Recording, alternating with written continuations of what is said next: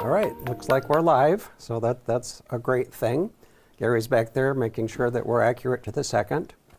What we're going to be looking at tonight is Chapter 2, and we'll be going through the entire chapter. And if we have time, I hope we will, we'll be going over some calculator operations, introduce you to the TI-36X Pro calculator. And I also would like to do a demo of the exam review tool. Those are later on, so if we run out of time, we'll skip those, but we'll be making those up as we go. All right, so everybody should have gotten an email from me today with some attachments in it. Just wave your hand if you got it. Okay, looks like the email was successful. I use Gary's email list, so I trust that that's accurate. We maintain separate email lists for our YouTube participants and our Zoom participants. So if you didn't get an email from me today, please let us know. Now, our email lists are only active while the class is in session over these 10 weeks. So anybody finding our video in the future, everything that we share will be available through links that Gary publishes as part of the video on YouTube. And I saw that Ed had his electronic hand up. Ed, did you have a question? No, I was just trying to signal that I got the email. Oh, Gotcha. Okay, very good, very good. That's great. So as far as HF techniques are concerned, those of you that are technicians will probably find a lot of new things here. Because if you've been operating on 2 meters, you're used to working through repeaters and a channelized concept. HF is quite different, as we'll see as we move along here. Just wanted to point out one thing in our book. Starting on page 10-1 is the complete question pool. So you can go there and look up all of the questions and answers. There's another resource for that as well that we'll get into a little bit later. So there's 2 sections here in 2.1. 2.1 is the first, and that's on general HF operating techniques. And you can see the list of things that we'll be talking about there. Section 2.2 is about emergency communication. We did have quite a few people in our introductory session that said they were interested in emergency communications, so that will be an interesting section for you. So we'll jump right into it. Basic operating. Make sure I got my laser pointer turned on. Here we go. First, a question. Does anybody know what this radio is? Not hearing anything. That's a 7300. It's an awesome radio for somebody just getting into HF. It's made by ICOM. Yaesu and Kenwood also have offerings that are great. This one has been very popular and is certainly one that I recommend.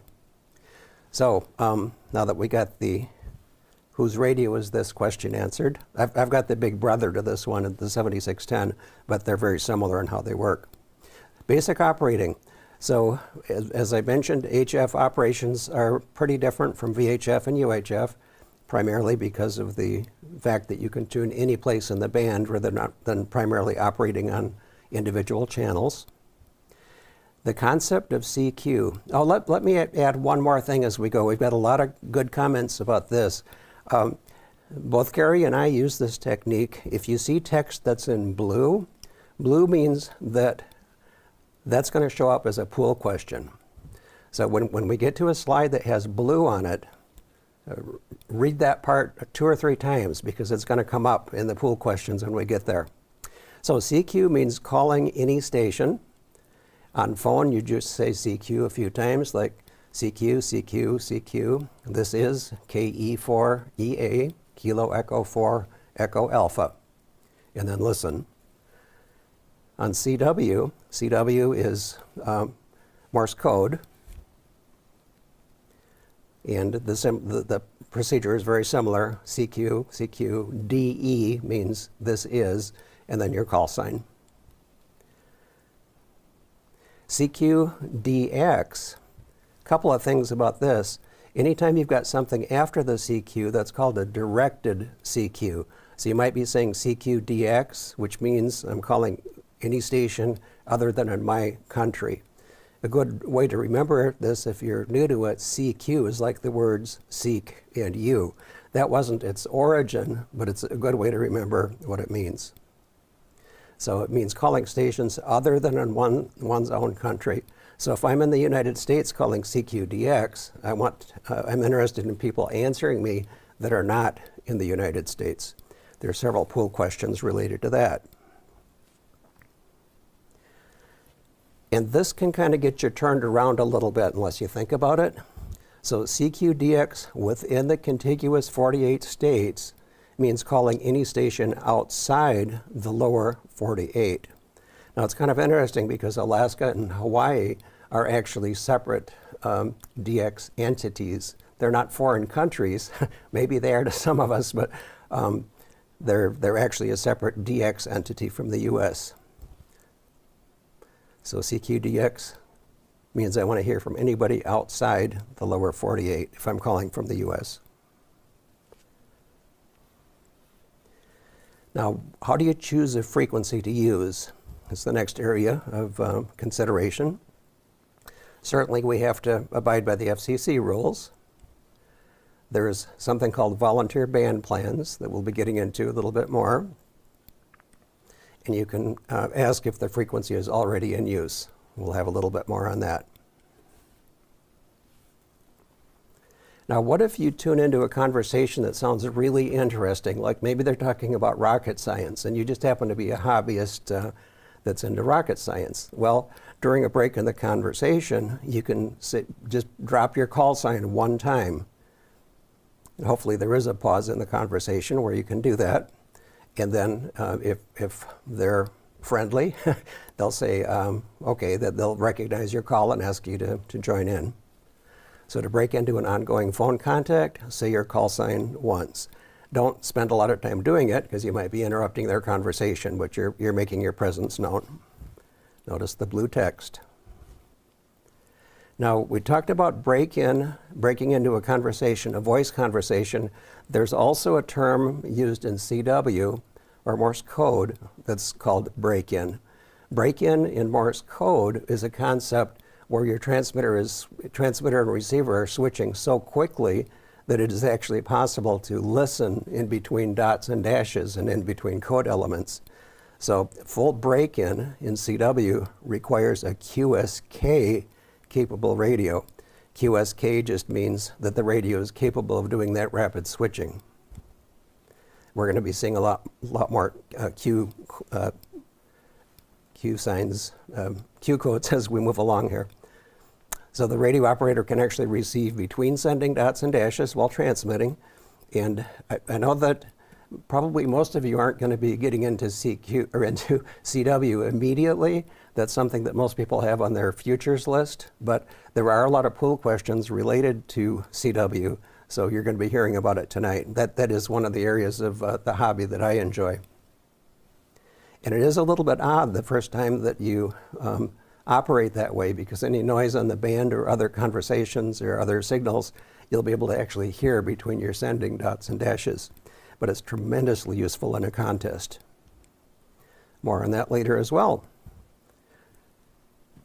Then there's something called semi-break-in, again with CW, where it will not switch to receive until after a certain predetermined amount of time, maybe half a second or so. That way you can be sending and not be interrupted by noises that are going into the background.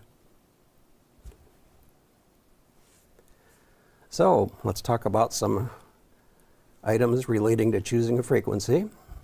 You don't want to cause interference to other operators, so ask if the frequency is in use. Here's an example how I would do that. Then ask again, give your call sign. It's very possible that there might be a conversation going on that you can't hear on your end because of propagation conditions. You might be in the skip zone, for example. We'll talk about skip zones when we get to a future chapter. So the frequency might sound clear to you, but the polite thing to do is to ask if the frequency is in use before you start calling CQ or trying to use that frequency.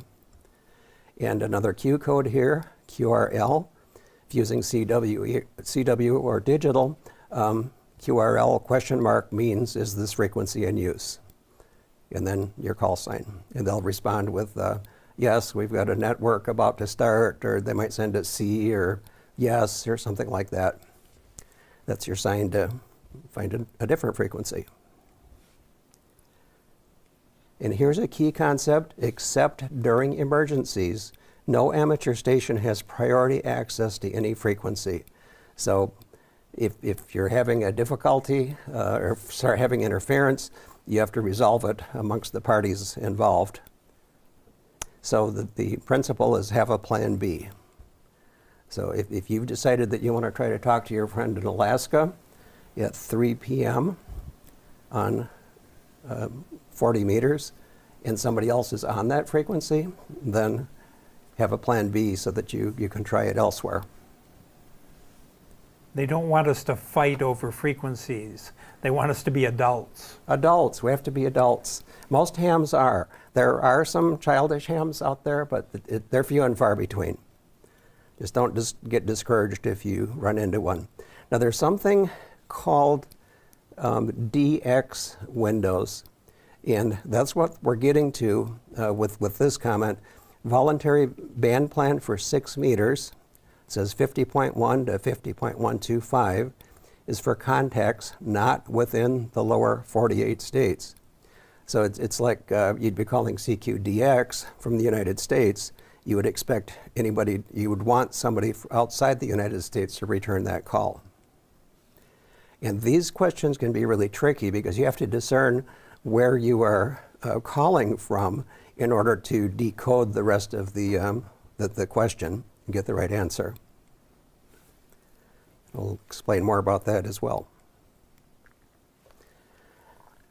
So there's some recommendations here for distance between your signal and adjacent signals. CW is fairly narrow, so you can usually operate within 150 to 500 hertz of another station.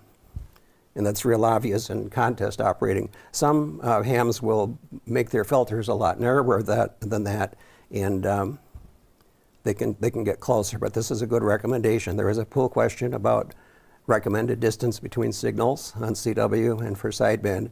Sideband is a little bit wider. The bandwidth of a sideband signal is about 3 kilohertz. So if you're tuned at 3 kilohertz away from a neighbor, you'll probably be able to use the frequency.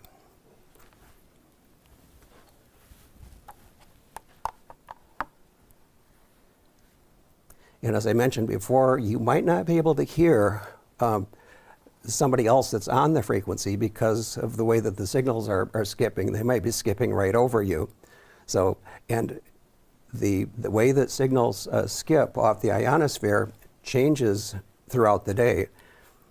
The way that the signals reflect are due to the electron density in the ionosphere, and that's affected by the sun, the ultraviolet and X-rays that are hitting the ionosphere. And because the sun is over different parts of the Earth and different times of the day, the amount of ionization will vary, which is why the propagation may change during your contact. You might be having a contact with somebody, and all of a sudden you start hearing other people. Well, the propagation may have changed. So our rule is, or the pool question, attempt to resolve the interference problem with the other stations in a mutually acceptable manner. Or like Gary said, we need to be adults.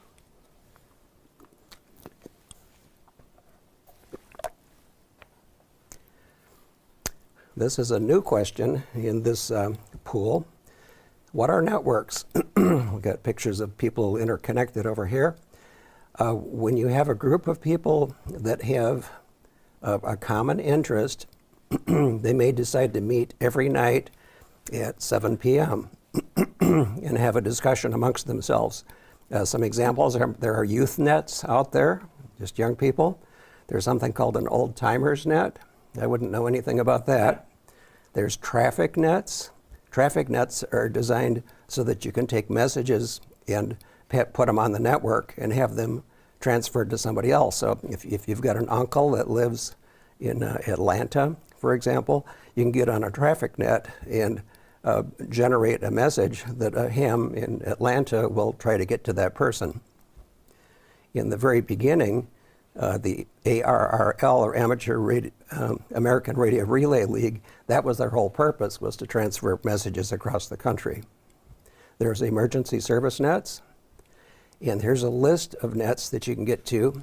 All of these links, by the way, will be working when you get the PDF of this file. So you can hardly imagine an interest where there isn't a network that's operating. Get their frequencies and times.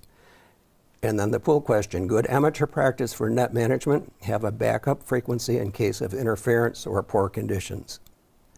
Because again, nobody owns the frequency. And whoever's trying to use that frequency might not be aware of your net. Most people are pretty decent, and if you tell them, hey, there's a network about to start in 10 minutes, would it be possible for you to move to another frequency? Usually people will go along with that. Now, band plans, these are not in law. The FCC certainly has frequencies that we can operate and modes that we can operate, but there's a lot of things that go beyond that amateurs have agreed amongst themselves to abide by, just to keep things from becoming chaotic. These are called band plans. One of the handouts that I emailed today was called the Considerate Operators Guide, I think is what it was called. And that listed certain frequencies where certain activities take place. So here's an example. A 20-meter band plan. We've got a QRP CW calling frequency. A QRP means low power, which is usually defined as 5 watts or less. So if you were wanting to call CQ from a QRP station, you'd go to that frequency, and somebody answers you, you would probably move to a different frequency to carry out your conversation. Then we've got radio teletype and data, automatically controlled data. We'll get to more on this at another time. That's stations that are listening for data, like WinLink, for example. There's beacon stations and slow scan TV. So there's different places. Now, I did get the question from one student when we shared the band plan. He said, well, where can you have regular conversations then? And the answer is any place but these would be advisable. And you'll notice that these are just tiny, tiny slices of the band. So the vast majority of 20 meters is available for regular conversations, single sideband or CW.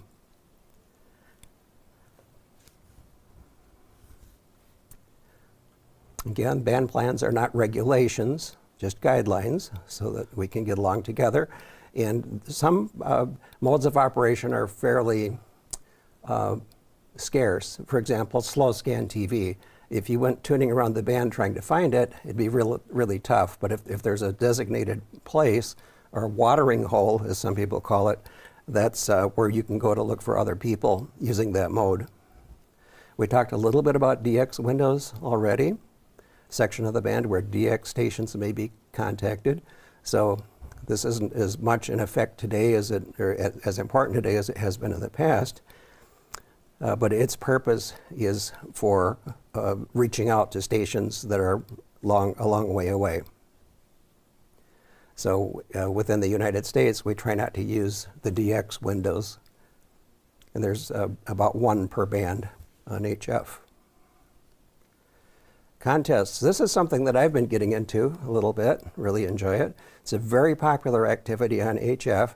The first time that you listen to a contest, you'll probably be confused because the goal is to make as many contacts as you can within a short period of time.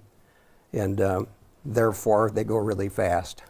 But if you listen for a little while, you can kind of get an idea of what's going on. And the only pool question here, FCC requirement, identify your station per normal FCC regulations. Probably the most famous, it's not supposed to be a contest, but everybody treats it like one, is the field day, the ARRL field day, primarily in North America and Canada operation, where hams get together and set up emergency.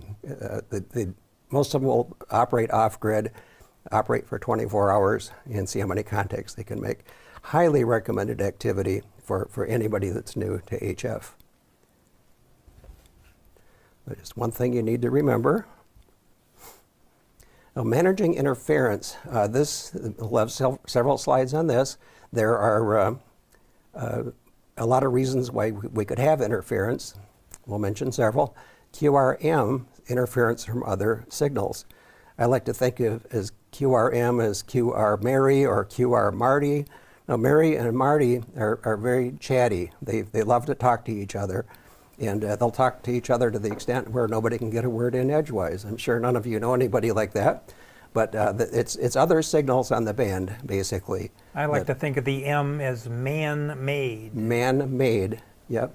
QR, man-made. QRN is the other one.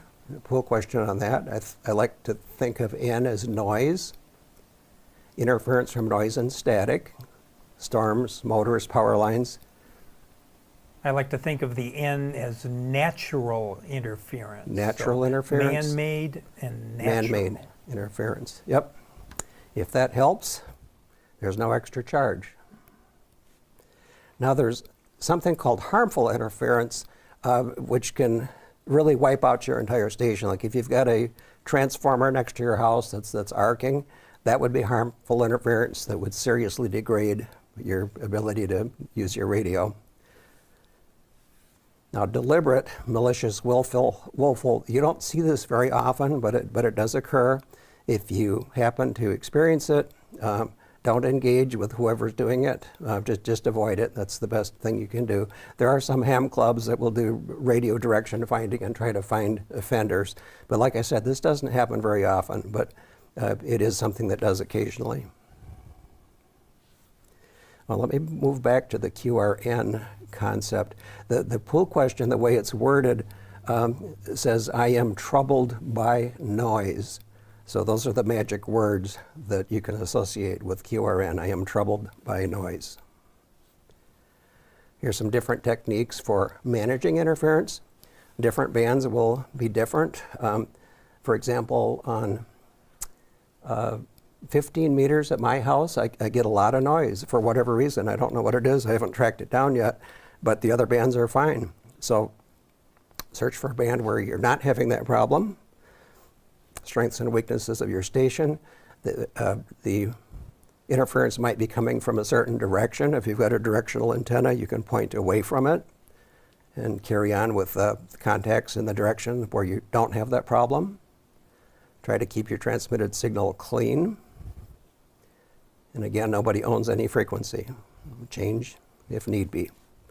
Some people get frustrated and they'll go do something else, walk the dog. Now, what is a typical contact? People talk about having contacts with people. So if you call CQ or answer a CQ, there are certain things that people will usually exchange. Call signs, I guess, is pretty obvious. People will usually be interested in the location, and they'd be interested in a signal report. And this is a new pool question in the current pool. Signal reports are typically exchanged at the beginning of an HF contact to allow each station to operate according to conditions. Well, what might that mean? If you're getting a signal report from somebody and it's, for example, 5.9, which is would be used in sideband, we'll have some definitions of the numbers later, but that means a very strong signal. So what that means is you could probably turn your power down a little bit and still have a good conversation. Or if the signal is very weak, that might tell you that you have to repeat information if you want to get it through. So signal reports are typically exchanged to allow each station to operate according to conditions. And after covering the basics, anything else is fair game. Weather, station info, personal information. There's two things that most hams would, well, a lot of hams would prefer that you don't talk about. Any idea what those might be? Well, religion and politics. In fact, some people have stopped participating in nets because all of the people on that particular net, all they want to talk about is Joe Biden or Trump or whatever, and that we get enough of that without having to drag it into ham radio. So religion and politics generally I'd recommend staying away from, but it's legal. CW, again, an area that I very much enjoy. Once I got active again in ham radio, about 2017, 2018, I was real involved with digital and FT8 when it first came out. Lately, over the last year, year and a half, I've been doing a lot of CW, which is Morse code. And the frequencies are at the bottom of each HF band. If you've got a band chart, you can see that. Speeds vary from 5 to 50 words per minute or more, which is, used to be you had to pass a code test 5 words per minute to get a novice ham license, but that's all, there's no need for, there's no licensing requirement for Morse code at all today. 50 words per minute is really flying. I operate in what they call a slow speed contest, that's 20 words per minute or less, a medium speed, which is 25 words per minute, and something called a CWT. And those people are nuts. They're 30, 40, 45 words per minute. I've got to listen to somebody calling CQ 3 or 4 times before I can get their call to try to answer them. So what is the good thing to do? How fast should you be sending? Well, you answer a CQ at the speed at which it was sent, because presumably the operator that's calling CQ, that's the speed that they can handle. So you don't want to come back a lot faster than that. Of course, if you can't handle that, operate at the speed that you are comfortable with, and hopefully the other person will slow down for you. Yeah, and if you can only copy 5 words a minute, don't send at 20 words a minute, because you're likely going to get a fire hose coming right back at you. Yeah. That's an option on some radios where they've got a fire hose attachment to blow you off. Just kidding. But QRS, here's another Q code. Most CW operators will slow down if you send QRS, which means send slower. Or if you respond slower than what they're calling, if they're considerate, they'll usually slow down to match you. So there's all different ways you can send CW. Keys, paddles, bugs. And here's just some different kinds of Morse code keys that are out there. Especially some of the contest operators will operate strictly from a keyboard, where what they type on the keyboard is translated to Morse code, or from macros, which means predetermined, like your CQ message might be a single press of a button. Now, AM in single sideband, most of the voice modes, analog voice modes, got their start with AM. We've got a picture here of a typical AM signal. There's a carrier, RF carrier, there's an upper sideband and a lower sideband. So that this is an AM, amplitude modulated signal. Now, wouldn't it be nice if we didn't have to send all of this stuff? The exact same information in the lower sideband is contained in the upper sideband. Just their inverse frequencies of each other. And of course, the carrier, that doesn't convey any useful information at all. So if there's only a way where we could suppress the carrier in one sideband, we could put all of the signal generator in, all of the signal energy into this one single sideband. So that explanation kind of covers everything else that's on this slide. If you can visualize what's going on here, the rest of this will make sense. It's good to know that on HF, single sideband is the most common voice signal. The reason that's good to know is because it's a pool question. Single sideband bandwidth. Now, typically voice frequencies are about 3 kilohertz, from 0 to 3,000 hertz. So if you've got that happening here, that adds up to 6. So single sideband can occupy just 3 kilohertz, or maybe a little less, and it's definitely half of what AM is, because the carrier and one sideband are suppressed and not transmitted. So the advantage, single sideband advantage, less bandwidth, greater power efficiency. This was a really big deal for CBers when they first started using single sideband, because you can play with the marketing to say, well, you can have 4 times the range if you're single sideband. That's not quite true, but that was used by some of the marketing folks. All right, now there's a magic number here. That magic number is 9. So if you can remember the number 9, there's a whole bunch of pool questions that will help you with. Upper sideband is used above 9 megahertz, which is 20 meters through 10 meters, and actually up into VHF and UHF. There's one tricky little exception, that's 60 meters. That's below 9 megahertz, but 60 meters by FCC rules, you can only operate upper sideband if you're going to be operating voice. Lower sideband is used below 9 megahertz, which is 160, 80, 40 meters per commonly accepted amateur practice. Now, technically, upper or lower sideband could work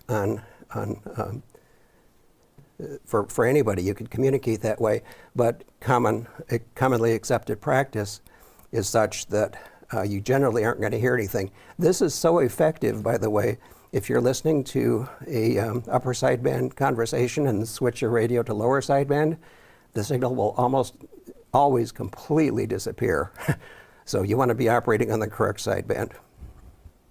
So upper sideband is used on VHF and UHF because those bands are above 9 megahertz.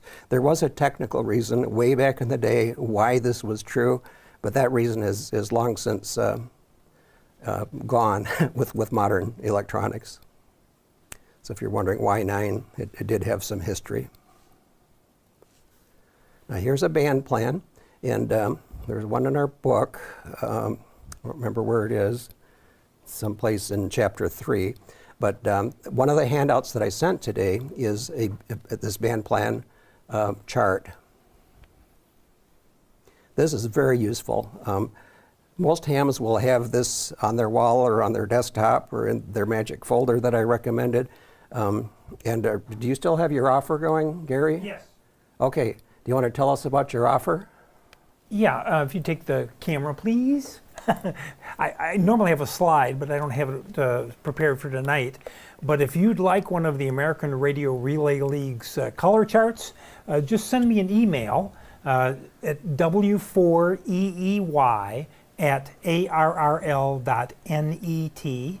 I'll include it in the description box, but w4eey@arrl.net, and say, Gary, I'd like to have one of the color charts that you mentioned, and I'll put one in the mail to you. It's 8.5 by 11, so it's not a wall poster, but and it's really nice.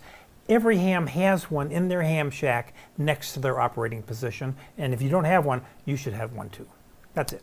And the price is right. Free. Gary will send it to you for free. If you go to the ARRL site, they actually have this in different sizes and formats. So you can get a chart however you'd like to have it. Now, some people have trouble remembering bands and frequencies.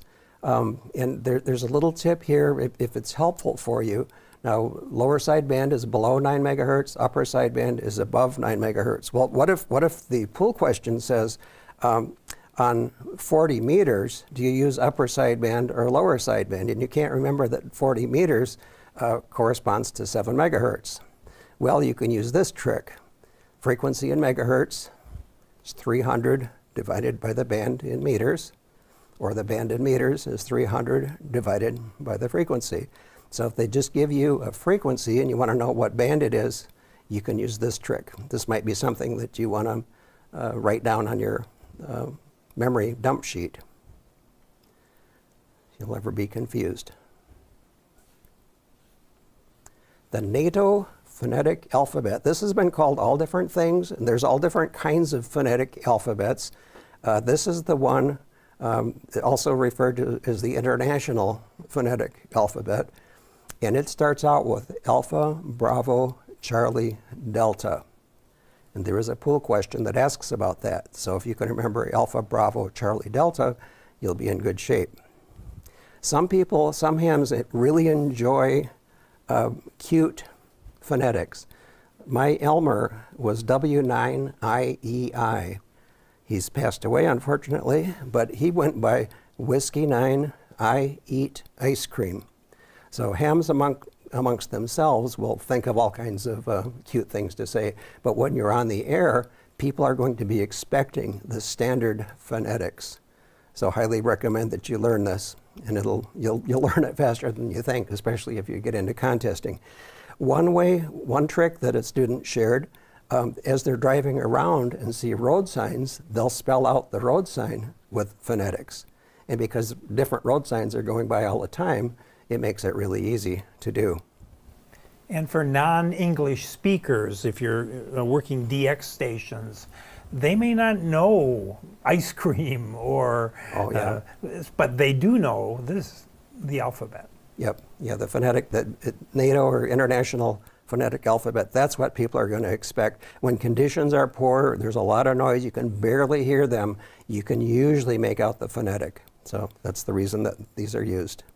So standard phonetics. Now, a concept that we didn't have to deal with in VHF, 2 meters and a 440, are continuously tunable receivers and transmitters. They were more channelized.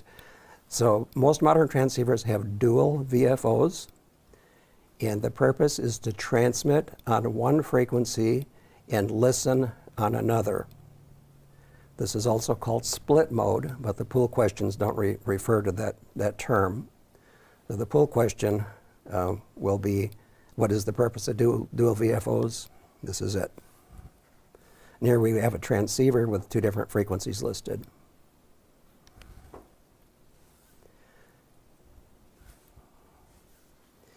Now this is a little bit hard to see, but what's happening in the DX world, if there's somebody that's really rare, maybe it's an island that's uninhabited, and a group of hams go out there on what's called a DXpedition and set up and operate. Everybody's going to be trying to contact them. So in this case, we've got Mauritius, and the DX operator will be transmitting on a particular frequency, and then on their website, or they might say this, they'll be listening up 5 kilohertz. So although they're calling CQ and working people here, they want you to be calling them 5 kilohertz up, because everybody won't be exactly 5 kilohertz up. That allows them to tune around and find individual people, because if everybody called them on their frequency, it'd be a solid blur and they couldn't hear anybody.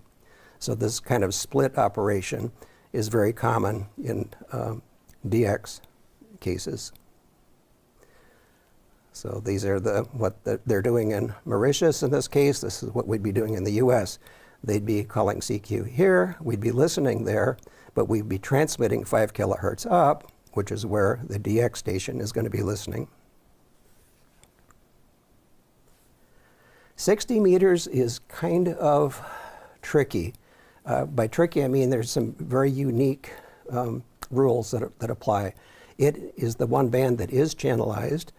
On the band plan chart is on page 3.9 in your book, but it's the same as that color chart that I showed you. The color chart that I sent you is a little nicer because it's in color. Their book is just black and white. So on 60 meters, we're limited to 100 watts effective radiated power relative to a dipole.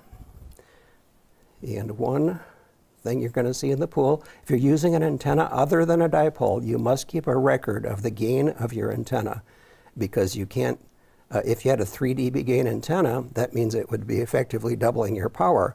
So if you were sending 100 watts to it, you'd be actually radiating 200 watts if you had 3 dB of gain.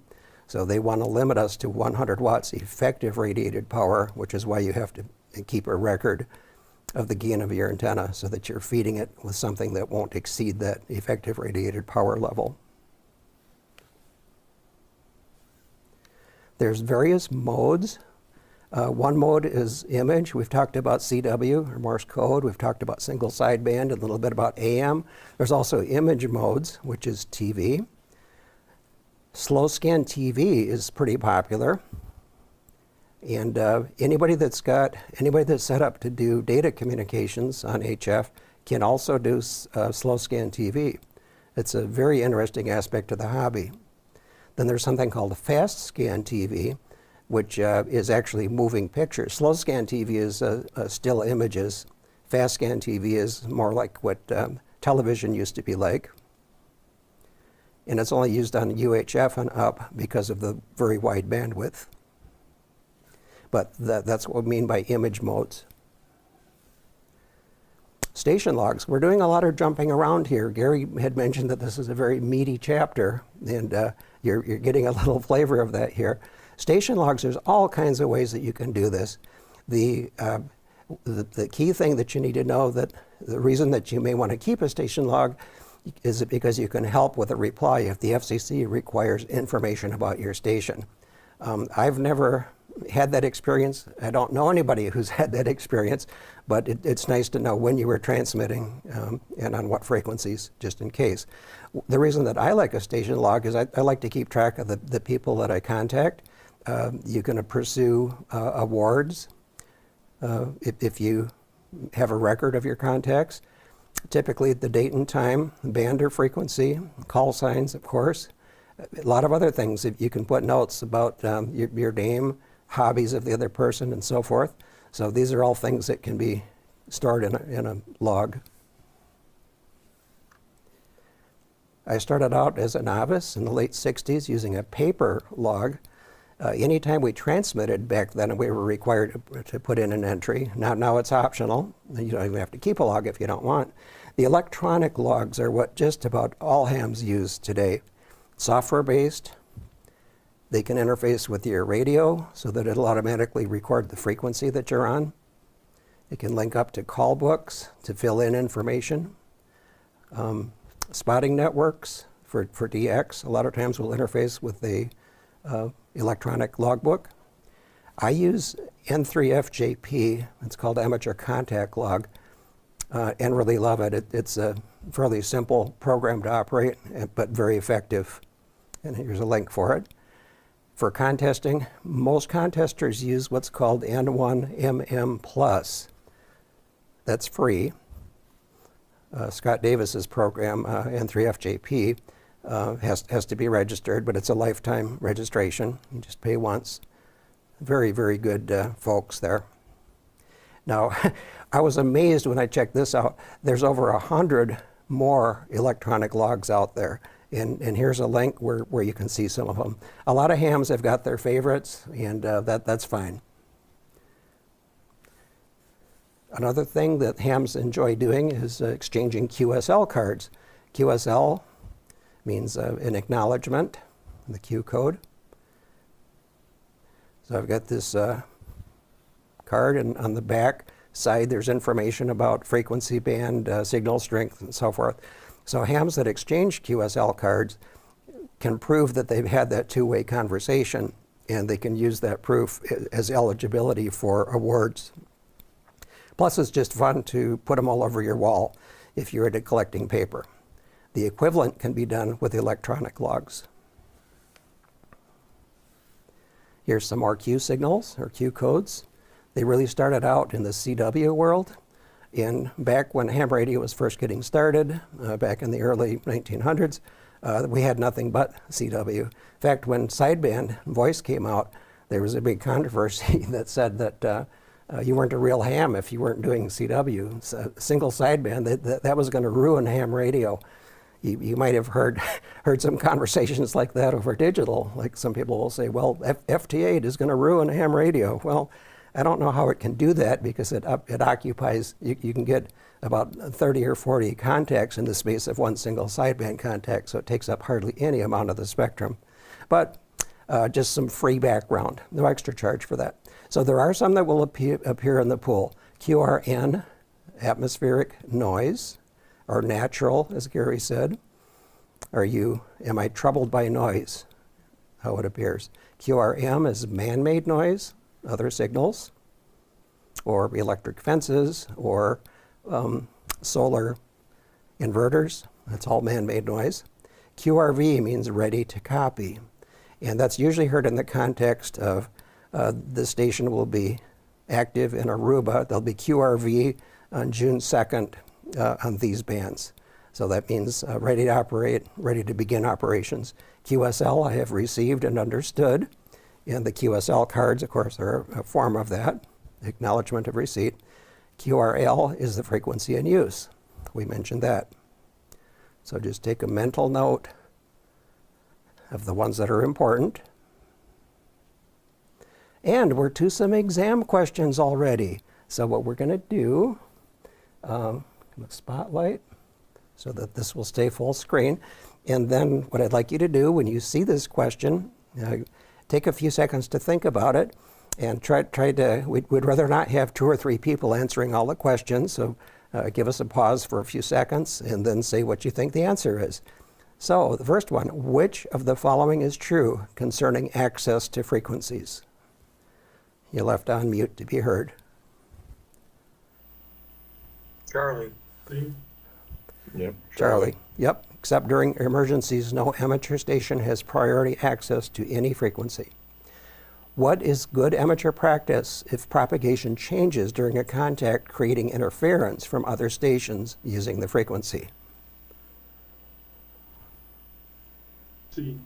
Charlie again. Okay. Sometimes we have differences of opinion, and we talk about those a little bit. Attempt to resolve the interference problem with other stations in a mutually acceptable manner.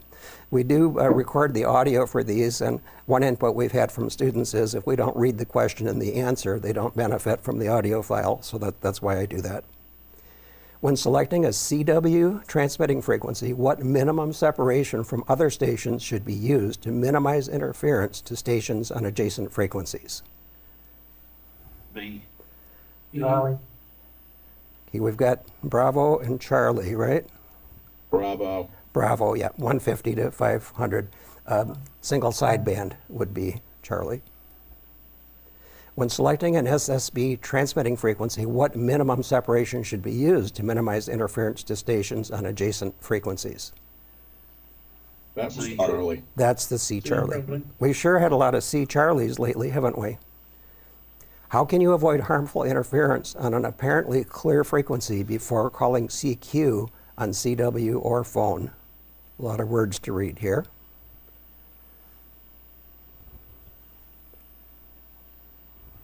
CA. Alpha. Alpha, yep. We got that one right. Send QRL, question mark, on CW, followed by your call sign. Or if using phone, ask if the frequency is in use, followed by your call sign. Which of the following complies with commonly accepted amateur practice when choosing a frequency on which to initiate a call? Now there's a couple that are plausible, but there's one best answer here. A. Well, A is something that is recommended. What else did we have? Charlie. Charlie, yep. Charlie is the one, is the correct answer for the pool question. But like I said, there's a couple that are plausible here. You wouldn't want to identify your station by transmitting your call at least 3 times. You're just wasting a lot of time. And just remember, as we're answering these questions, on your test, they're going to move the answers around. So don't memorize Charlie, but remember the right answer. Exactly, yeah. It'll probably be, in fact, it's almost assuredly going to be, these are going to be in a different order. Thank you for that. What does the Q signal QRL mean?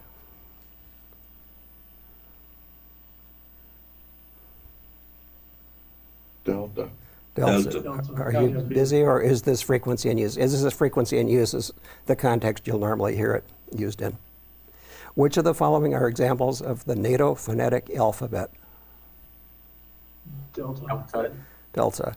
Notice that there's a lot of creative things here, and there have been, in the past, before the current standard, there were other standards that were out there. So that's why you need to be using this one, so that everybody's expecting the same thing. Which of the following is a common use for the dual VFO feature on a transceiver? Charlie. Right. Charlie. Transmit on one frequency, listen on another, which is typically called split operation. Which of the following is required by FCC rules when operating in the 60-meter band? Alpha. Alpha. Alpha. If you're using an antenna or other than a dipole, you must keep a record of the gain of your antenna so that you make sure that the effective radiated power does not exceed 100 watts. What is the recommended way to break into a phone contact? B. Yep, say your call sign once. Yep, hopefully you can get a word in edgewise there and be heard. You don't want to interrupt the conversation, so just using your call sign once is a good way to do it. Generally, who should respond to a station in the contiguous 48 states calling CQDX? Now think about this one a little bit. The state. Charlie. Outside of U.S. Yes, Charlie. yep. It's very easy to get these backwards. The way that I keep it straight is, where is the station calling from? Well, outside of that qualifies for DX. And Alaska and Hawaii are considered DX. Yes. And some people would be offended if you're calling CQDX from the United States and Canadian stations reply, but technically they would be DX. What is the voluntary band plan? Okay, now this one you can really get confused by.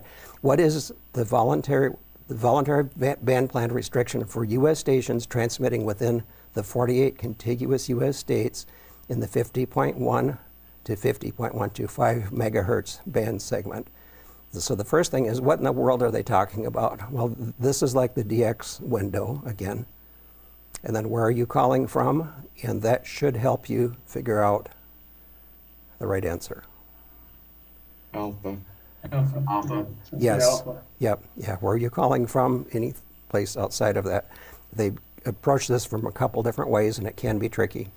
Which of the following indicates that you are looking for an HF contact with any station? C. Okay, I'm hearing Charlie. Repeat CQ a few times, followed by this is, then your call sign. Pause to listen, repeat as necessary. Why do many amateurs keep a station log? Delta. Delta. Delta. Exactly, to help with a reply if the FCC requires information about your station. Which of the following is required when participating in a contest on HF frequencies? Charlie. Exactly. Charlie, identify your station according to normal FCC regulations. Now, the next question, we want to make a ladies' question because we haven't heard any female voices yet. So one of our ladies, see if you can do this one for us. Which of the following is good amateur practice for net management? B. Yes, exactly. Thank you. Have a backup frequency in case of interference or poor conditions. Okay, the next one is anybody's. Which mode is most commonly used for voice communications on frequencies of 14 megahertz or higher? A. A. Upper sideband, exactly. Yep, it's higher than 9. Which mode is most commonly used for voice communications on 160, 75, and 40 meters? Bravo. Yeah, it's the lower, and in this case, to answer that one, you'll need to know that all of these happen to be below 7 megahertz. And if you didn't remember, you could do the 300 divided by the band to get the frequency. Below 9 megahertz, right, yep. Which mode is most commonly used for single sideband voice communications in the VHF and UHF bands? A.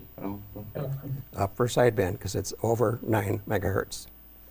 Which mode is most commonly used for voice communications on the 17 and 12 meter bands? Bravo. Well, here's a case where you need to know that the band and the frequency. 17 meters is 8, yeah, it's alpha, upper sideband. 17 meters is about 18 megahertz. 12 meters is about 24 megahertz. Both above that. You could do the 300 divided by if you couldn't remember the frequency. Which mode of question? Go back to that one. So go back to that one you said you can divide by 300. You have to add those two and then divide by 300? Oh, or it's no. just one? If somebody gives you a band, you can take 300 and divide it by the band to get the approximate Okay. frequency. Okay. Yep. I'll put that down. If you don't remember what frequencies 17 meters and 12 meters are, just to back up for you. Which mode of voice communication is most commonly used on the HF amateur bands? And I think I clicked twice, so if anybody says something besides C, then you can't read. Sorry about that. Which of the following is an advantage of using single sideband as compared to the other analog voice modes on the HF amateur bands? Delta. Delta. Yes, less bandwidth and greater power efficiency. Delta. And it's helpful if you use phonetics because D and B sound real similar. Which of the following, so you can practice what we showed you earlier. Which of the following statements is true of single sideband? A lot of words to read here. Bravo. Bravo. Only one sideband. Bravo. Correct. Bravo. Only one sideband is transmitted. The other sideband and carrier are suppressed, putting all the energy into just one of the sidebands. Why do most amateur stations use lower sideband on 160, 75, and 40 meters? Delta. Delta. Yep. Technically, Delta. you could use either mode on any band, but this is what all hams do. So it'd be good if you did too. All right. Section 2.1 continued. More on operating techniques and some specifics on these areas. So as we said before, on VHF and above, it was mostly channelized. The bottom parts of the bands, 2 meters, 6 meters, and 440, are used for, some people do CW and sideband there. That's called a weak signal mode. But generally speaking, everybody uses those, the majority of hams use it for FM channelized communications. So there's all kinds of knobs and buttons on an HF radio. It can look really, really intimidating. There's a bit of a learning curve there. So many more controls. Yes, we saw that. Squelch isn't normally used on HF receivers, but most transceivers do have a squelch function. And DSP is very common for noise reduction and filtering. The modern radios are really amazing that way. Digital signal processing. DSP, digital signal processing. Yep, thank you. So just like on VHF and UHF, push-to-talk functions on HF, voice-operated transmit can be popular. Voice-operated transmit means that you can have hands-free operation. What that means is when your transceiver hears sound coming from your mouth and going into the microphone, it says, oh, this person wants to talk. Turn on the transmitter. So that's the concept of Vox. It's great for contesting and roundtable operations. You don't have to keep mashing. That's a southern term for those that need to know. You don't have to keep mashing the push-to-talk switch. And Vox, although this might seem contradictory, is also used for CW and digital transmissions in that when you press the key down, it will key the transmitter, and the delay that you would normally have in voice Vox is applied in that context to turn off the transmitter. But generally speaking, this is what you need to know. There's controls. Sometimes these are buried in menus. Vox gain, how loud do you have to talk before the transmitter will start to transmit. Vox delay will hold the transmitter on for a short period. It keeps it from continuously turning on and off between your words. And anti-Vox prevents received audio from turning on the Vox circuit. So if you're listening to somebody, you don't want that received audio to be turning on your transmitter. Does anybody have a cat? I don't see any hands waving or anything, but cats and rocking chairs don't get along well with Vox. Because if you rock over the cat's tail and the cat lets out a squawk, that can trigger your Vox and it'll go out over the air. So unless your cat knows CW, you generally don't want to do that. Can I tell my Vox story? Oh yes, Gary's going to tell a Vox story. Give me the camera too, if you would. Thank you. So you hear all sorts of different things on the HF bands if you're around long enough. And one day I was listening and there was this horrendous signal. And I was trying, what is that? And I kept listening and listening.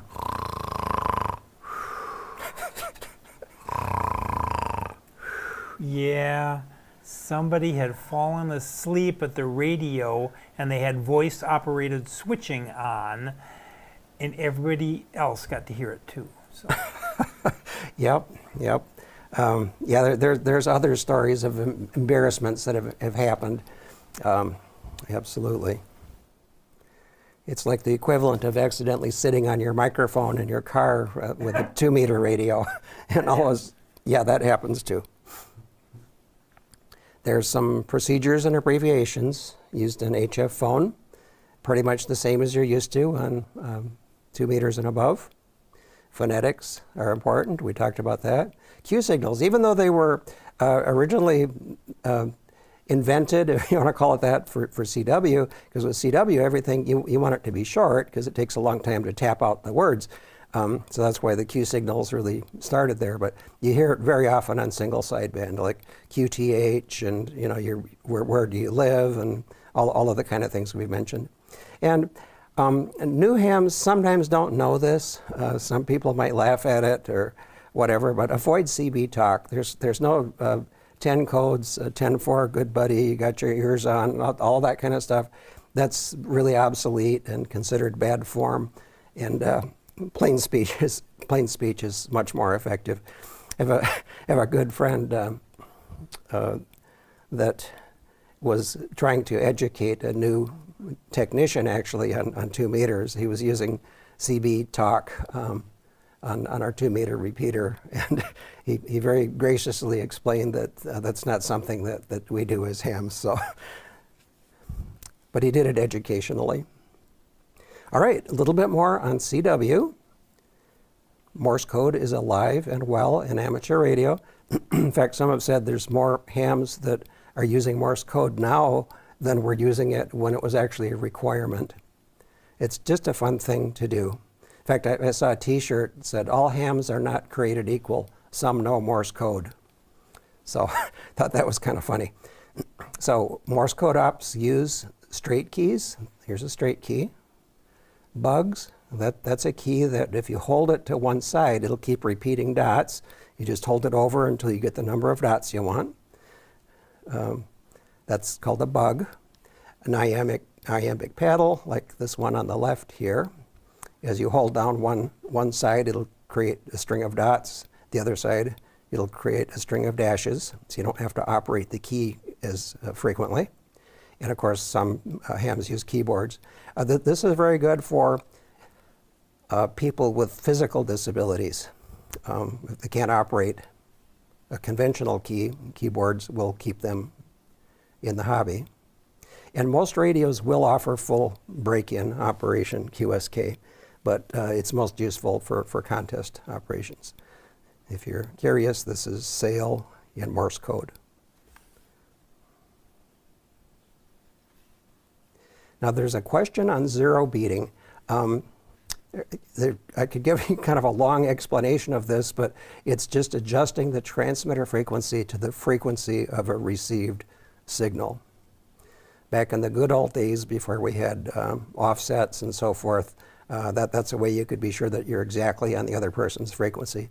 In CW, it's often actually beneficial to be within 100 hertz or so above or below, so that if there's other people that did zero beat, you'll stand out from the rest. And most people use transceivers these days, but back in the day, they used separate transmitters and receivers. So getting them to operate on the same frequency was an art. It was, yeah, absolutely. So what you need to know about this is just the blue text. Now RST, I alluded to earlier. So on an excellent signal on CW would be 599. Perfectly readable, very strong signal, and a clear, easy to understand tone. 1 would be almost unreadable, way down strength. Again, it's on this continuum. And the third one here, tone, I read someplace that this was really, it came about back in the days of spark transmitters, which was really, really a long time ago, where you could have a raspy sound or hum on the signal and so forth. Almost all Anytime you're operating CW, this third one is almost always a 9 because modern equipment is very good that way. Now, sometimes you'll hear a signal where the tone is varying while they're transmitting. That's called chirp. It'll start out, like if you hold the key down, it'll start out at a high-pitched tone and then drift downward. That's called chirp. I meant to do a recording. I was doing a contest the other day, and there was a station in Canada that had a very pronounced chirp that I would have loved to have shared what that sounded like just for your education. Now, on phone, sideband, it's only the first two, readability and strength, because tone is irrelevant. Higher numbers are better. A lot of times on CW, instead of sending 599, they'll send 5N. N is what they call a cut number that signifies 9. N is a lot faster to send than 9, so that's a common thing you'll see or hear. More on CW. Again, I have to kind of feel for the people who aren't doing CW, don't think they ever will, but there's a lot of pool questions on CW, so we need to go through it. So zero beating is adjusted. We talked about this already. Okay. RST, we know about that. And then here we've added the C for chirp. 579 chirp means that signal sounds funny. Now, electronic keyers. Purpose of an electronic keyer is for automatic generation of dots and dashes for CW operation. Most transceivers have got a keyer built in, making it handy. Before the modern age, maybe going back 15 years, there were external keyers that were available. Here's one from Heathkit. External keyers may be used for more flexibility and features. One thing nice about external keyers is they've got knobs and buttons on them. You don't have to dig around in menus. And they can be controlled from software. So if you're using a keyboard, you can interface a keyboard to a device like this, WinKey or USB, or an iambic paddle, and that will convert the signals to Morse code. Here's one that's combined with a keyboard. So we talked about this before. The best speed to answer CQ is the same speed that it was sent. Now there's something called procedural signals, or pro signs they're called. And here's some common ones. AR, which is an A and an R with no space in between. And A is dida, and R is didadit, but AR would be sent as didadidadit, all run together. And that's an indication of the end of a formal message. SK, end of communication. BT, this is like saying when you're speaking. It's like a pause between thoughts in CW. KN, listening for a specific station or stations. So normally you would send the letter K when you're done transmitting and want the other person to take over. If you send KN, you're telling people, I don't want to talk to anybody but that one person. So there's a couple of them that show up. These are pro signs again. And some abbreviations that are common. There's actually a whole list of these. Again, CW operators try to minimize the number of words that they have to send, so that's where all of these come from. Weather, see you later, thanks, best wishes, clear. Then here's some more Q signals. Some of these we've seen already. QRN, noise. There's not a pull question on this one. QRV, ready to copy. QSL, I've received and understood. QSL rather, QRL, frequencies in use, QRP, low power, and they can be used as a statement or a question. So you can say QRL question mark, you'd be asking is this frequency in use? And technically somebody could answer with QRL, which would mean this frequency is in use. So they can be, and the context will usually help you understand. Sometimes people will exchange information in a contest and end it with a QSL, like a question. In other words, did you get that? And then they'll answer QSL, I did. More questions. When sending CW, what does a C mean? Okay, spotlight, which was probably on the whole time. When sending CW, what does a C mean when added to an RST report?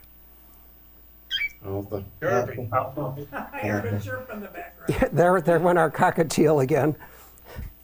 Sounded chirpy. Yeah, it was. That was a 599C for sure. What does the Q signal QRN mean? E. Okay. Troubled by static. Why are signal reports typically exchanged at the beginning of an HF contact? Alpha. Alpha. Exactly, to allow each station to operate according to conditions. Plus, it's just interesting to know if you're getting out. Which of the following statements is true of Vox operation versus PTT, or push-to-talk operation? Bravo. Bravo allows him to think. Yeah, some of these are pretty easy, aren't they? Which of the following describes full break-in CW operation, also known as QSK? Delta. Delta. It is delta. A lot of words to read there. It's kind of funny because the responses take longer when the answer is D. I don't know if you've noticed that. Transmitting stations can receive between code characters and elements. What should you do if a CW station sends QRS? Sends slower. The wrong answers are also called distractors, and some of these can be pretty hilarious. What does it mean when a CW operator sends KN at the end of a transmission? Charlie. Charlie. Listening only for a specific station or stations. What is the best speed to use when answering a CQ in Morse code? Bravo. Bravo. Fastest speed, yep. That you're comfortable copying, but no faster than the CQ. Good. Now, I hope this is all motivating all of you to want to learn CW someday. So you'll be qualified anyway by your license. What does the term zero I'm beat? registered at the CW Academy already. Good for you. Good for you. It's a lot of fun. What does the term zero beat mean in CW operation? Delta. Delta. Yep, matching the transmit and receive frequencies. What prosign is sent to indicate the end of a formal message when using CW? Delta. Alpha. Charlie. Okay. Well, it is Charlie. Did-it. But did-it isn't one of the choices, so you've got to use AR. AR. AR. What does the Q signal QSL mean? C. Charlie. It is C. Yep. There's a R. It could be. I could see where somebody might say B, but C is the right answer. Yep. What does the Q signal QRV mean? Delta. Delta. Delta. Ready to receive, or I'm on the air. I'm ready to go. What is the function of an electronic keyer? Bravo. Bravo. It is Bravo. I shouldn't hesitate by the right answer because it'll give it away. Automatic generation of dots and dashes for CW operation. And at this point, we've got emergency operation and then some demo stuff that we want to do. Emergency operation, there's only 3 pool questions here. We do have several slides though to talk about it and share some context. So at this point, we'd like to take a 5-minute break. I hope you've stayed with us so far. We usually try to break at 1 hour in. Actually kept you a few minutes longer, but this is a real good place to break. So 5 minutes, stand up, walk around, get a drink, which I'm going to do, a water, and we'll be back in 5 minutes.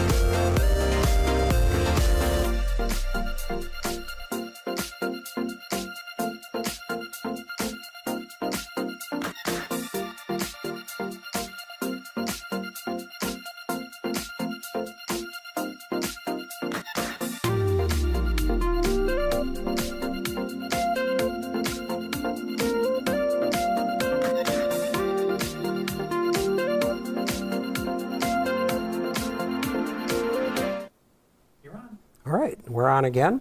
So this is the final section in Chapter 2, Section 2.2 on emergency operation. Now some of this we've seen already, but we're going to see it in an emergency context now, except during FCC declared emergencies. No one has priority access to a frequency. Kessler had an interesting comment. It's possible with the War Powers Act to declare a federal emergency, but there hasn't been one since World War II. So we won't have to worry about this one probably. What is a true emergency? Well, that's the immediate safety of human life or protection of property. And protection of property isn't like your iPad might get broken. It's like a forest fire or something like that. Special rules come into play that say that you can operate on any frequency that might be necessary in order to get your message through. This one here, I should have turned black because it's no longer a pool question, but there is a relationship to broadcasters and saying that, of course, this is a FCC rule, so it's worth knowing. Communications must directly relate to the immediate safety of human life or protection of property. There must be no other means of communication reasonably available before or at the time of the event. So we can't be a funnel to broadcasters except in this case, but that's not a pool question anymore. There's different kinds of networks. We've talked about nets already. There's emergency nets that sometimes will come into play only if there's an emergency, traffic, relaying messages, and social or topical. And the reason that I wanted to show this is too small really to see, but you can see that all different stations all over the country can forward their information into a central net. So in the event of a national emergency, there's the emergency organizations can be set up like this. Typically, there's a network control station, or NCS. Some of you that have operated on the 2-meter nets are very familiar with this, where people check in. In the case of a directed net, they talk to net control, and they record each person that checks in. Same thing can happen with emergency nets. In fact, most of the 2-meter nets are there, at least in part, to act as an emergency net should the need arise. The network control station runs the net, tells people when they can talk. And it's best, if you're new to the net, just listen for a while to see how their procedures work. There's 2 flavors of organizations we'll talk about. There's Aries and Races. The way that I keep these 2 apart, AR is short for American Radio Relay League in my mind. It really means Amateur Radio Emergency Service, but the AR tells me that it's not the other one. So any licensed ham can be a member. Aries has got emergency coordinators and folks that they report into. It's all run by ARRL section managers, or section emergency coordinators, I should say. And its mission is to provide communication assistance to local and regional government and relief agencies. So that's Aries. They've got training programs. There's Aries groups that you can join that cover probably your county or your city. The other one is Races, R-A-C-E-S. The C, if you can see that and think of civil emergency service, Races, C, civil. Sponsored through government, it's actually enshrined in law, city, county, state organizations. It is a specific part of the amateur service governed by FCC rules, whereas Aries is just all volunteer. To participate, you must register with a local civil defense organization.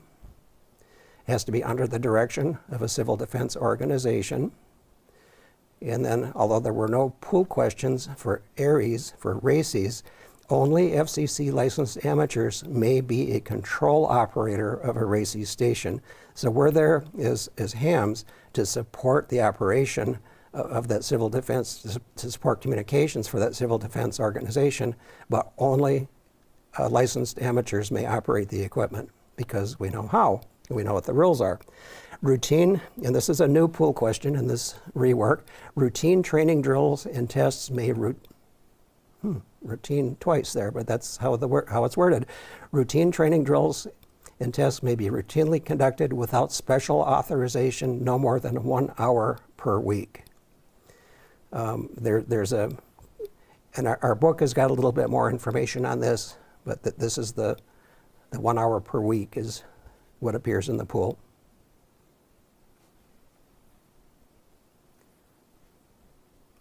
So, as I mentioned, we're allowed to actually break the rules if we need to. If we need to operate outside our band, or we're capable of using the radio to reach somebody to help, we can do that in a true emergency. You better be able to explain yourself, because normally you'd be breaking the law by doing that. So we can use any means and frequency necessary to provide the communications during an actual emergency. As soon as the actual emergency is over, we've got to go back to the regular rules. A few notes on distress calls. What do you do if you hear a distress call? Well, if somebody's calling SOS on CW or Mayday on phone, first acknowledge the station in distress and determine what assistance may be needed, especially their location. Immediately suspend your existing contact and do your best to obtain assistance. But this is what you've got to do first: acknowledge and determine. And if you're sending a distress call, oh, you've got it right here. Got it the right most there. important Yep. information. Gary's so excited there to share this. So in distress calls, stand by to receive. The location, it's super important. The nature, what assistance is required, and then relay the information to the proper authorities. And in Kassler's intro, he made the comment, even if you can't reach out, if somebody doesn't answer you, they might be able to hear you. So share this information anyway on the air. So what if you're the station in distress? Well, on voice, the word is Mayday. CW, it's SOS. Share the same information: location, nature, emergency, and the type of assistance. And there are stories, I don't know that we have any amongst our group here tonight, of people who have been in this situation. Hams. 3 questions. What is the first thing you should do if you are communicating with another amateur station and hear a station in distress break in? Bravo. Bravo. Yep. And notice some of the really dumb distractors. Inform your local emergency coordinator. Well, they might be on vacation. There's really crazy answers here. Who may be the control operator of an amateur station transmitting in Races to assist relief operations during a disaster? Charlie? Well, we've got a vote. We've got a vote for Charlie. Got a vote for. Alpha. Okay. Alpha. Oh, or an appropriate government. Yeah, it's only an FCC licensed person. Yep, that's what makes A the right answer. And then, how often may Races training drills and tests be routinely conducted without special authorization? Charlie. Say Charlie. Charlie, yeah, it was no more than 1 hour per week. And our book has got some information on ways that it can be authorized and other ways that these tests can be run. But for the purpose of our pool, just one question. All right, now what I want to do next here is review some material from last week. So what do you do between classes? And I often say that what you do between classes might be more important than what you do in class. Now in class, we're planting the seeds because your brain can't go and get something that isn't there, okay? So the classes are important in the book, the Kassler intros, to get it in your head. But then in between classes, we want to use spaced repetition, and I think I'll have time to show you the demo of how you can do that. Use self-testing as a recall mechanism. Look at a question, try to come up with the answer, see if it was right, and then accept that permanent learning takes time. You remember our brick wall of learning here, or pillar of knowledge? And if we don't give it the time to solidify, this is what we wind up with. And remember, we talked about the forgetting curve and how spaced repetition will combat that.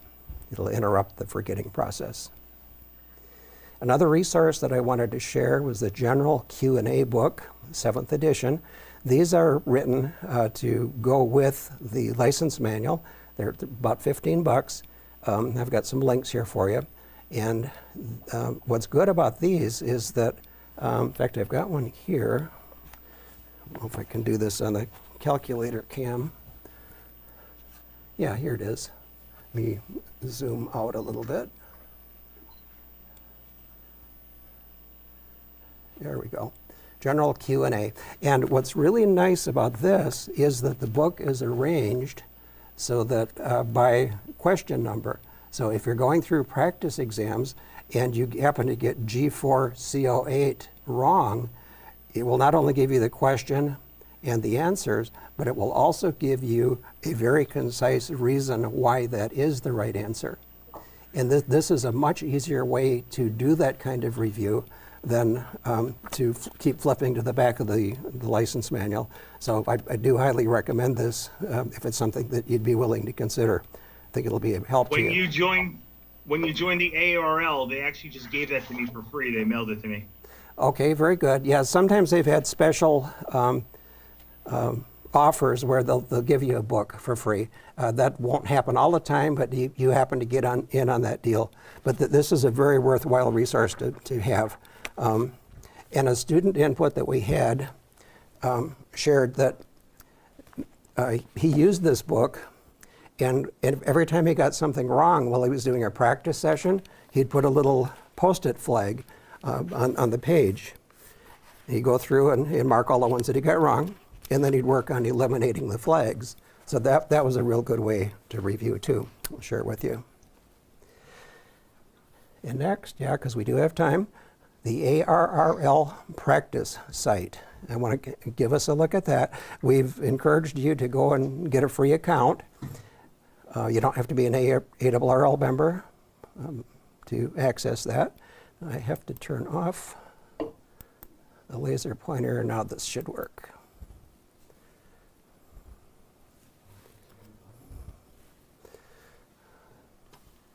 So you can get to, well, I think we've published it in our materials, and we certainly will share this again, how to get there.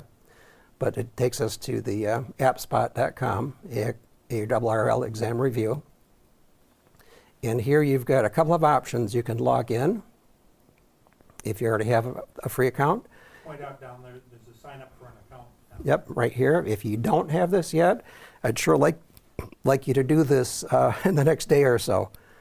You just put in a user ID and password, and that's your access. Again, you don't have to be an ARRL member. So I'm going to log into it. I hope. There I am. And it nicely didn't show the password, so you can't use my account. Log in. And here we are. It's fairly easy to navigate here.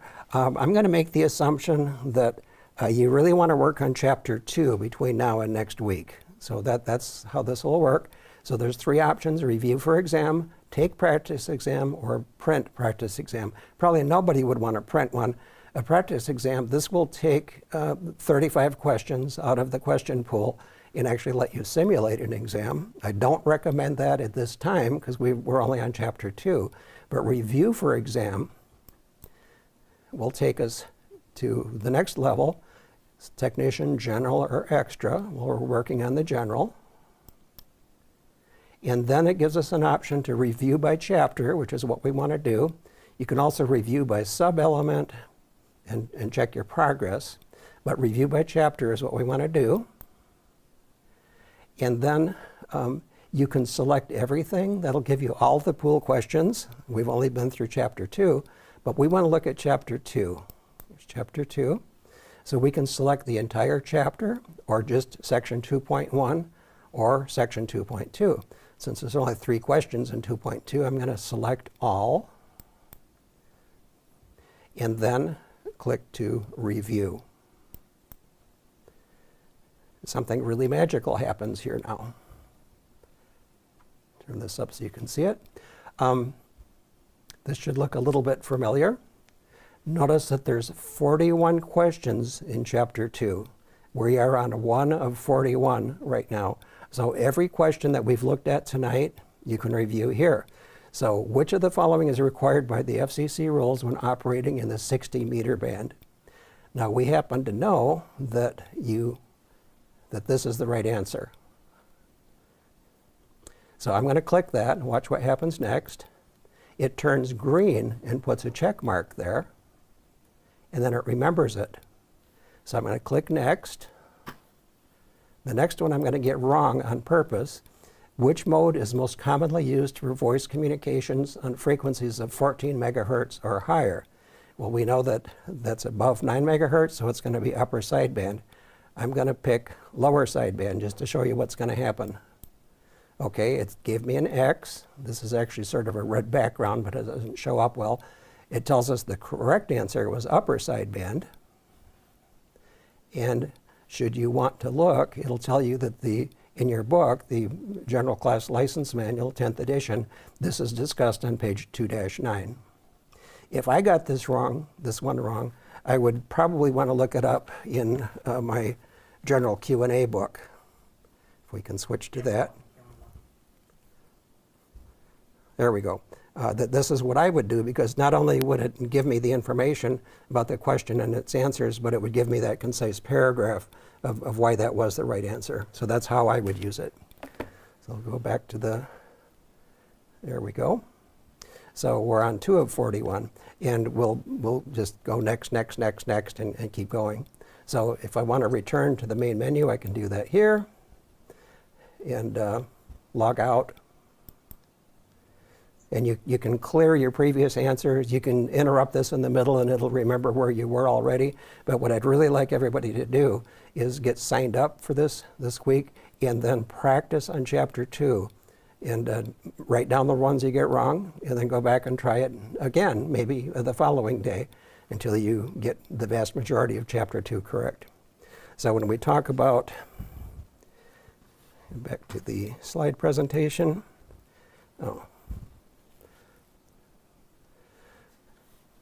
So we can use this tool for the spaced repetition,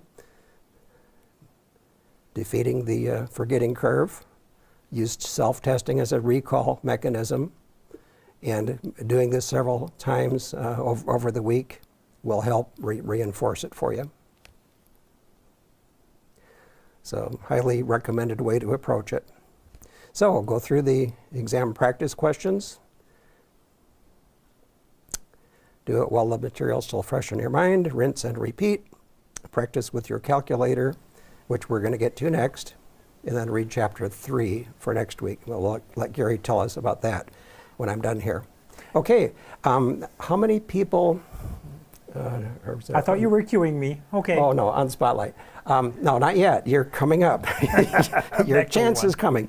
How many people, just by a wave of hand, have got the calculator? Okay, that's good. That's good. If you don't, follow along anyway, or translate what we're talking about to whatever calculator you decided to use. So we want to look at do an overview of the calculator. The keys that will be important. There's a lot more capability here than we're going to need for the general. Need a little bit more capability when we get to the extra. We'll do some basic calculations. Equation operating system. Oh, wow, does that sound complicated? Well, it isn't. It just means that we put values in the same way that they appear on our general class reference sheet, and press enter, and the magic answer will come up. We're going to look at some of the math needed for the general exam and then work some sample problems together. Now, we sent out a copy of the general reference sheet. The good news is that all of the math you need for all of the general class exam is on this one page. It's scattered all throughout the book, and some of these concepts are scattered throughout the book. But if you can get a good grasp of what's on this one page, and we're going to be talking through it one piece at a time, especially as we get to Chapter 4. I've got to turn on my pointer again. If we can convey the basic content of this one page, you'll have all the math that you need for the general exam. Now you're supposed to say something. Thank you. Thanks, Dave. Okay, you're welcome. We'll be doing a review, again, when we get to chapter 4, of some of the key formulas. And then what we're going to add in the journal that we didn't have to do in the tech is power formulas involving resistance, peak and RMS conversion, which might not mean anything to you right now, but it will. So there's some things that talk about decibels, but we won't have to calculate any decibels. So we won't need, we will need a simple fact about reactance to answer the one question. And we need to memorize a couple of the dB values. And that will save us from having to calculate logarithms and work out power equations. I don't have to know logarithms, the base 10? No, or E or 2 or anything else for that matter. Oh. Now we had this during the technician class, but some of you, it's been a long time since you did it. What I discovered early on when we were teaching the general is that people really didn't remember this, that this is a very interesting diagram. We've got the character called volt pushing on the character amp, and ohm is providing resistance, making it difficult to push that current through the pipe. So anytime there's resistance, this person is really sweating. Resistance creates heat, typically. So this is one way to visualize it. This is the magic circle that Gary shared in the technician exam. Ear means E-I-R. And then I found from some past general students that they couldn't remember what E, I, and R were, so I kind of added the names. E stands for electromotive force or volts. I is amps, and R is ohms. And these are the three formulas. You don't really have to memorize these because whatever you want, you just cover up the E, and then the formula becomes IR, so E equals IR. If you want to know I, you can cover that up with your thumb, and then what's left is E over R. E over R, the same here. So if you can remember ear, it'll help you. And the other one has to do with power formulas, which we'll get to in chapter 4. Okay, TI-36 X Pro overview. So if you've got your calculator, whip it out. We're going to look at some really basic things here. I spent a lot of extra money when I bought mine to get these red circles. You'll see there. So I've circled the ones that we're going to talk about here on this slide. We've got the on and off key, the second key. This is called the navigation diamond. Here we've got the clear key, and here we've got the enter key, which is similar to the equals key on most calculators. So that's just a little bit of navigation around the calculator. So for basic calculations, you always want to start with clear because there might be something in it and you don't want to continue on with what's already there. So every time we do a calculation, we'll start with pressing clear.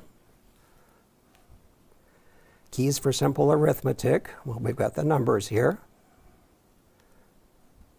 Got what I'm calling the enter, well, it is labeled the enter key. Add, subtract, multiply, divide. Here, we saw the navigation diamond. You probably won't use the delete key, but you can, and it'll back up an incorrect entry. It's usually easier just to press the clear key and start over, but delete will work. There's also an insert function behind it. So let's practice. We're going to really do some tough stuff now. So first of all, let's talk about the reset procedure. It's possible that your VE team will ask you to reset your calculator. To do that, well, let me talk about one other concept first. Notice that there's some blue text above some of these numbers, some of these keys. Well, the way that you activate that is by pressing the second key, which just happens to be blue. So to turn on the calculator, we just press on. To turn off the calculator, we do second and off, which is the on key, but the shifted version of it. So I'm going to go over to the calculator cam now and do that. Make this a little bit bigger for us.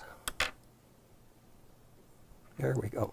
And here's some of the things that we're going to do. So first of all, to turn on the calculator, just click on. You should get some kind of a display there. To turn off the calculator, second on, that turns it off. Okay, so I'll turn it on again. The next thing that I'm going to recommend, and this wasn't on my slide, but just about all of the answers in the book are given to 2 decimal places. In a lot of calculators, when you do a calculation, it'll display all of the decimal places that are available, which makes it really confusing, a big bunch of mess. So if you can follow me here, if you press mode, a whole bunch of junk comes up. What we want to do is set the calculator so it will just display 2 digits beyond the decimal point. Notice that the top line is blinking, degree, radians, grads, which we don't care about. I'm going to use the navigation button to move down to where it says float. You know, I'm at float. That means display all the digits. Now I'm going to use the navigation diamond and move right, 0, 1, 2, oops, doesn't work very well. Okay, float, and I'll move 0, 1, 2. So now it's set where if I press enter, it's going to set the calculator for 2 decimal places. So I'm going to press enter to lock that in. It didn't do anything, but 2 is flashing. And then to get out of mode setting, and I went nuts trying to figure this out the first time I did it. To get out of this, you just press the clear key. And now if you put in a number like 0.1256 and then press enter, it'll come up to 0.13.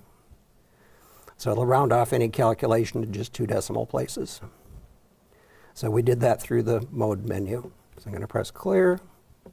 Now we're going to do something really, really hard. We're going to try to add 27 plus 3. So you can go ahead and try this on yours. 27. Here's the plus key. Plus 3. And then enter. And I came up with 30.00. Remember, I set the decimal point to fix it to 2 places. Okay, now I'm going to do something that you're not going to expect next. I'm going to clear it. And then this is a division problem, 16 divided by 3.5. There's a feature on the calculator that will let you input that as a fraction. And that will be important when we're entering some of our formulas. So we'll practice doing that now. There's this key here, which is a fraction key. It's a box over a box. So I'm going to press that and watch what happens in the display. We get a box with the top one blinking over a box. So it's expecting an entry in the blinking position. I'm going to press 1, 6. And now, how in the world do I get down to this bottom box? Well, that's the navigation key. Press down. Now the bottom one is blinking. So that's 3.5.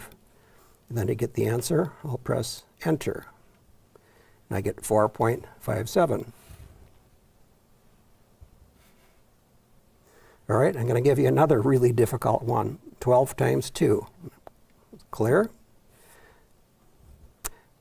12 times 2. Enter. It's 24. All right, is anybody lost so far? I'm going to go back to the presentation.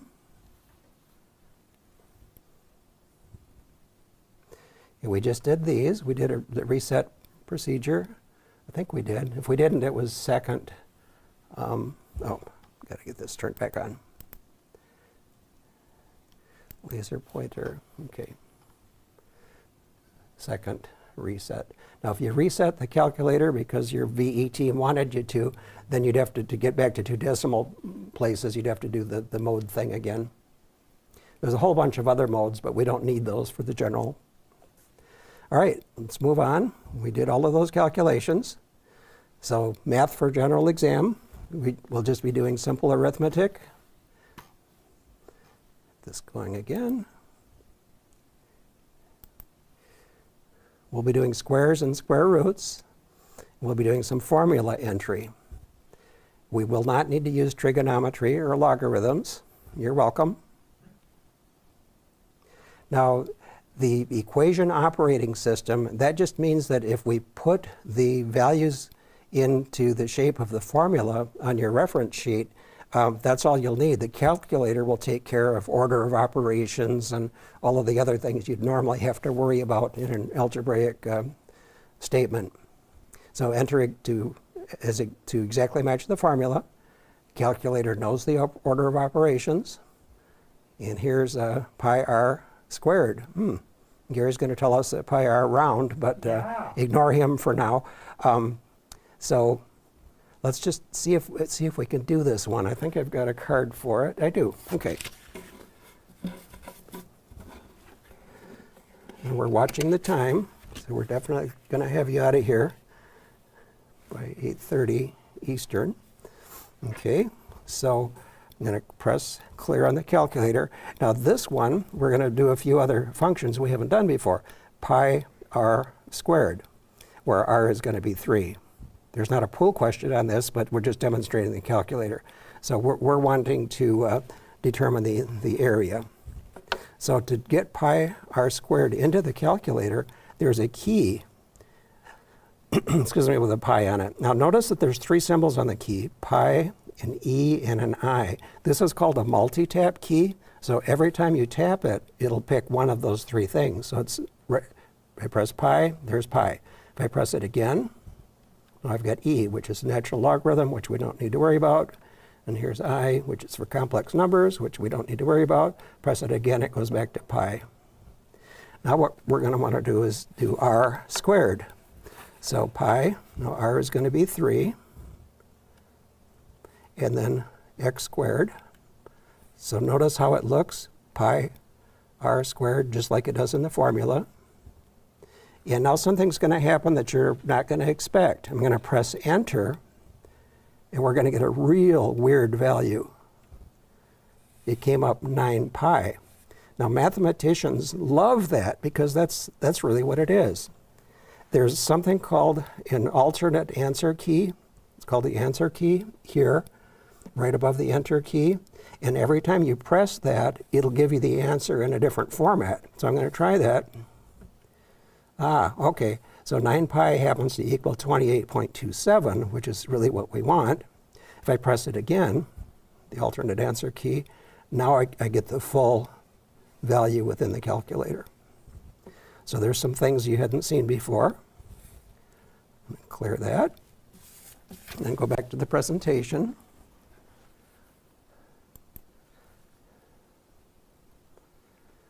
Okay, you ready for a really tough one? We've got like 7 minutes left, and we've got time to do it. Given a this is a pool question, by the way.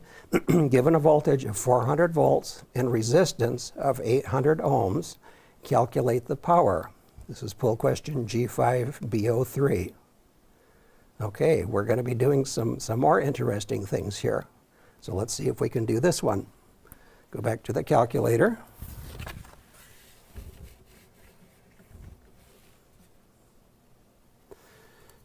Okay, it's on already. I'm going to press clear. Now we're going to want to do E squared over R, where E is 400 volts, R is 800 ohms. So this is our fraction friend again. So I'm going to do the fraction key, box over box. E is 400 volts, 400, and hopefully you're trying this on your calculator at the same time. And we need to square that value, E squared. So that's the x squared key. Notice how it looks just like the formula, E to the second power, E squared. To get down to the bottom box, in the denominator, resistance is 800 ohms. All right, now hold your breath. Make sure that your elbow is at exactly the right angle, then press enter. And we came up with 200 watts of power, which is the right answer. I'll go back to the presentation again and step through that. Here's the keystrokes, one at a time. Press the navigation to get below. Note that the display matches the formula. Press enter, 200 watts. So how many people actually got that right? You can wave your hand if you did. Yeah, a couple of you did. Good, good, good, good. Because we've done about as much crazy stuff as is going to be needed on the calculator if you practice these things. Yeah, you can clap. If you practice these things, you'll be way ahead when we get to chapter 4. So in solving these kind of problems, ask what the question is asking. Does it want power? Does it want resistance? What's it want? Once you know what it wants, it'll help you get to the formula that you need on the general reference sheet. Many questions can be answered without a calculator. Is this one of them? If so, don't make it harder than it needs to be. Write down the values you are given. Decide which formula applies. Make any conversions that might be necessary. We haven't talked about peak and RMS yet, but we will. Plug the values into the formula and press enter. And again, the values will plug directly into the formula. No algebra is really needed. The calculator takes care of that. So how do we get to success? It starts out with you look at this kind of thing and say, man, I can't do this. This is just way above me. I'm not good at math. I don't have any technical background. I just can't do this. But I want to do it. So how do I do it? I'll try. And then discover you can do it. And I will do it. And you've climbed the ladder and made it to success. All of you can do this. So I'm very excited to help you along your way to get there. So next week, we're going to be talking about chapter 3, and now it's Gary's turn.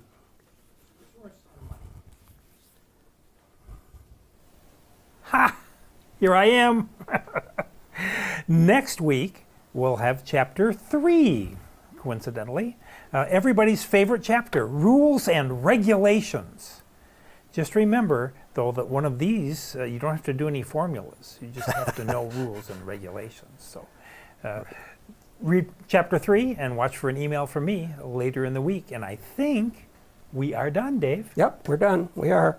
Yeah, we went through an awful lot of stuff tonight. I hope you don't feel overwhelmed at this point. We tried to cover it using all of the tips and techniques and inputs we've had from past students. And if you're fuzzy on some of this stuff, look at it again.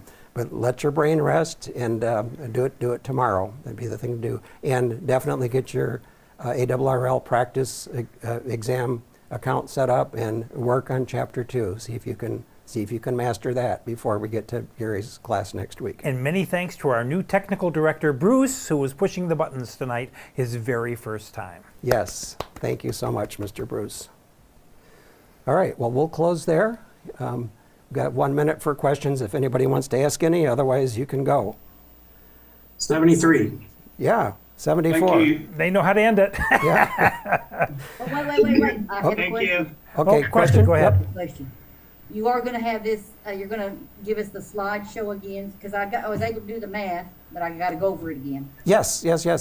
Gary will have that out on his link tomorrow, I think. Yeah. Yep, it'll be there. All right, y'all. Thank you. Have a good night. Good night. Thank you. 73. Good Good night. night. Good night. Good night. Thank you. Good night.